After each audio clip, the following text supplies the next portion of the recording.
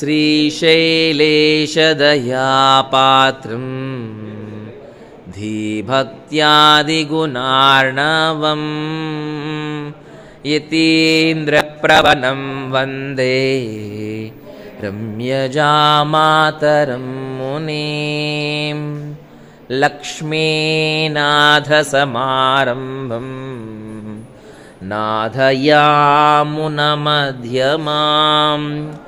अस्मदाचार्यपर्यन्तां वन्दे गुरुपरम्परां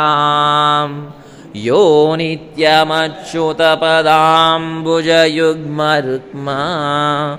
व्यामोहतस्तदितराणि तृणाय मेने अस्मद्गुरोर्भगवतोऽस्य दयैकसिन्धो